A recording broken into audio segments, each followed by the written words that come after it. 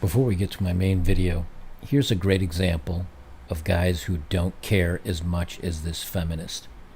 So this is Milo Yiannopoulos, and this is Gavin McInnes, and a feminist was all upset because she saw them having a good time, so she dumped water on them.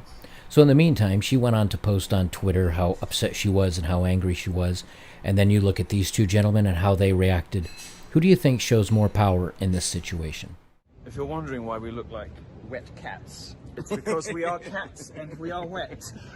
Somebody just ran past it. Fuck you! A grumpy feminist just poured drinks on us. We It was managed to water. get her back. It's literally water. She's still yelling at us She's. from a quarter mile away. Do you know, I actually quite like my hair like this. I think I look kind of fresh and youthful. Guys, welcome to Better Bachelor. This is Joker.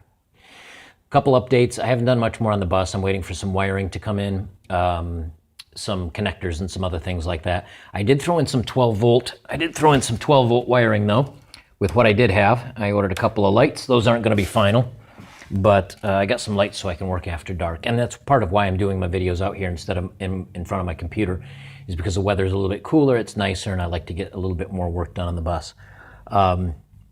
I went and grabbed my mouse mic and I repositioned myself, so hopefully the lighting won't go brighter and darker as I'm recording, and my audio sounds a little bit better for you guys. That way I can film out here, enjoy my pipe and my scotch or whiskey or coffee or whatever it is I want to while I film for you guys. Next, I want to thank you, Mad Lads, and that is a great British expression, Mad Lad. I've stolen it and it is now mine. It's in my repertoire. You Mad Lads for getting me to almost 1,100 subscriptions or subscribers. I was at like around 500 just a couple of videos ago, and you know, one of the things that I said was, hey, I want to get to 1,000 just because. And now I'm at 1,100, so I really appreciate it. That means a lot to me, guys, because that tells me you like my content, and I read what you guys post. So somebody mentioned that they'd like me to talk about careers and possible careers for you know, Bachelor in this type of life. I'm going to do that. I'll probably do that in another video or two. The second thing that I think is important is that we talk about framing, and this is what we're going to talk about today, is framing and the kind of the general rule that he who cares the least wins. And here's what I mean by that, okay? So whether you're in a relationship, whether you're at a job, and whether you're purchasing something like a big purchase, he who cares the least wins. And here's what we mean by that, okay?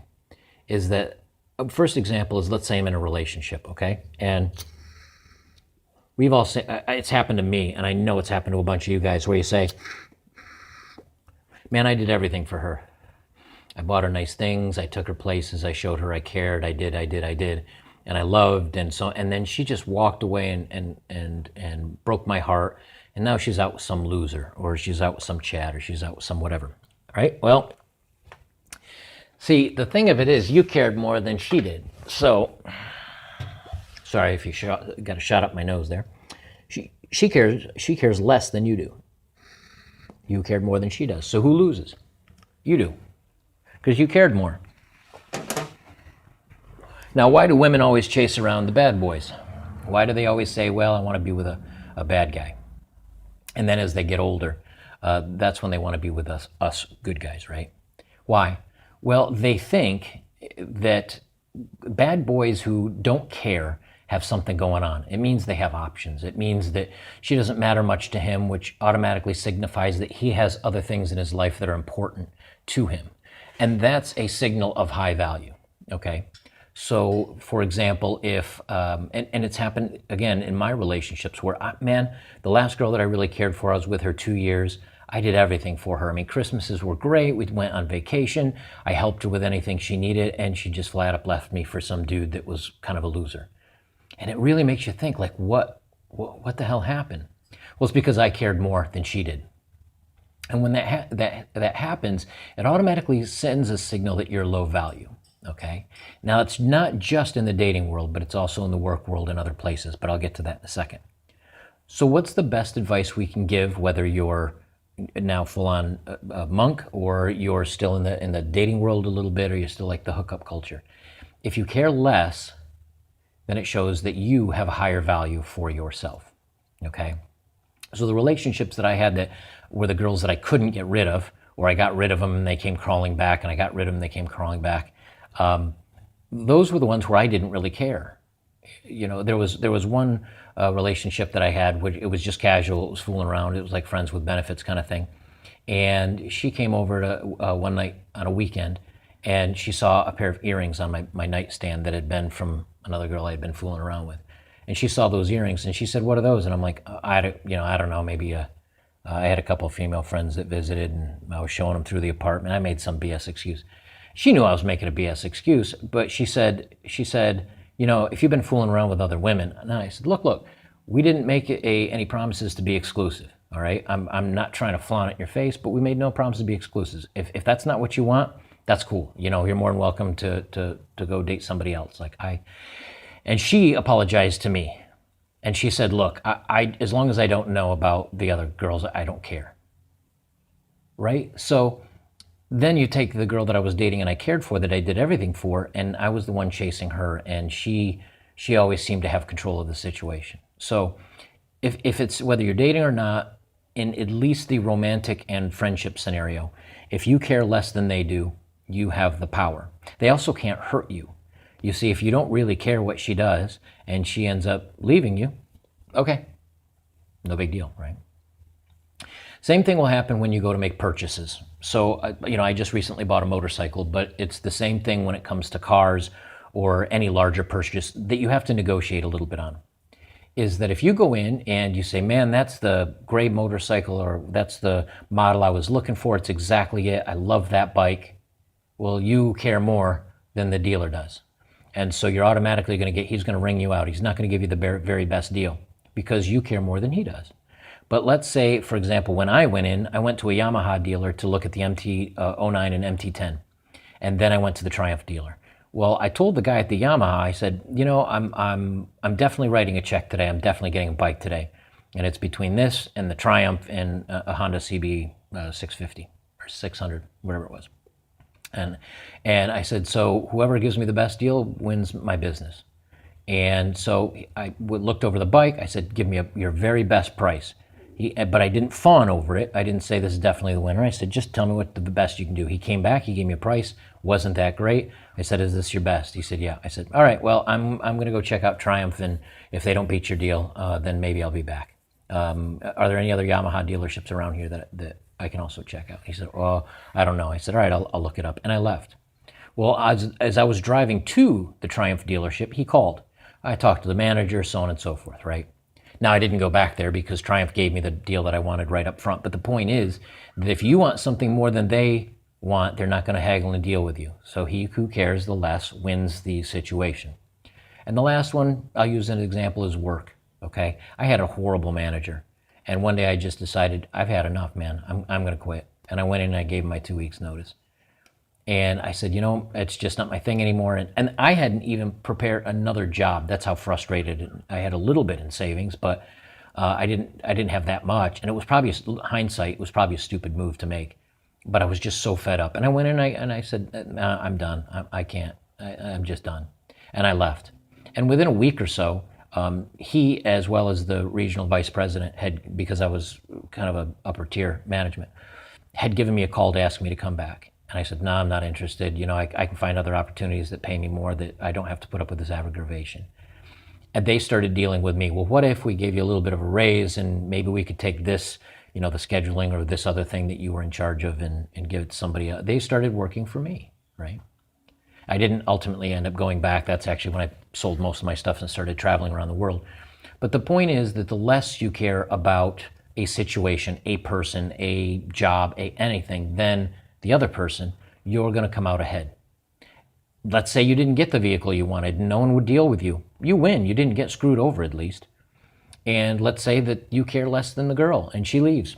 Didn't hurt your heart, didn't break your heart or anything, so you win. And let's say that when it comes to a job, let's say you said, I need a raise to keep doing X, Y, Z, and they say no, and you leave. You win. Now, you have to make certain plans so you don't get run over the coals, but the ultimate kind of freedom in all of your life is caring less than everybody else. And, I joke around by saying, if somebody says something negative about what I do in my comments, go for it. Because I guarantee I care less than you do. Not about my channel and not about my content, but I don't know you. So your opinion doesn't really matter if it's negative. If it's positive, then it matters to me. But if it's negative, well, okay, so maybe I click when I talk, or maybe you don't like sitting here and watching me when I relight my pipe. I don't care. Don't care. I don't care if they wipe out my YouTube channel, because it's kind of a hobby. And maybe if I can get some monetization, that'd be cool.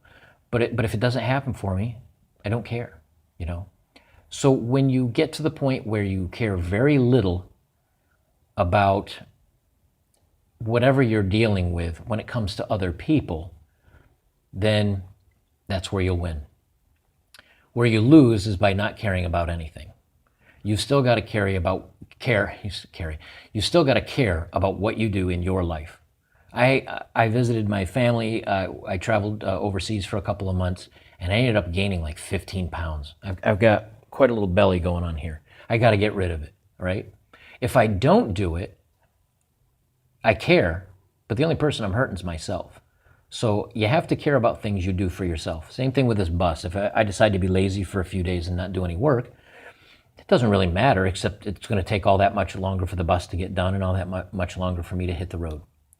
So I'll wrap it up with this today, guys, is when it comes to dealing with other people, whether it's relationships, whether it's work, whether it's making big purchases, whether you get the wrong order at a restaurant, care less than the other guy does.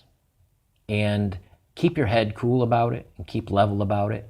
And even if it hurts a little bit on the inside, keep that within you, and then find out what it was that bothered you. Because the way society works is, here's reality. This is the way the real world works. This is what is. This is what you want things to be. And the further apart those two things are, that distance is your ego. Man, I told her I loved her. I did everything for her. I was so great for her. I did this, and she just walked away. Your expectations of what should happen, because you were a nice guy and you did all this wonderful, and what she really did, well, those are a long ways apart. That's a long ways of pain. But if you said, oh, I'm okay with her, I'm nice to her, this, that, and the other thing, but if she leaves, she leaves. And she leaves. They're right next to each other. There's none of that gap for the ego to give you pain.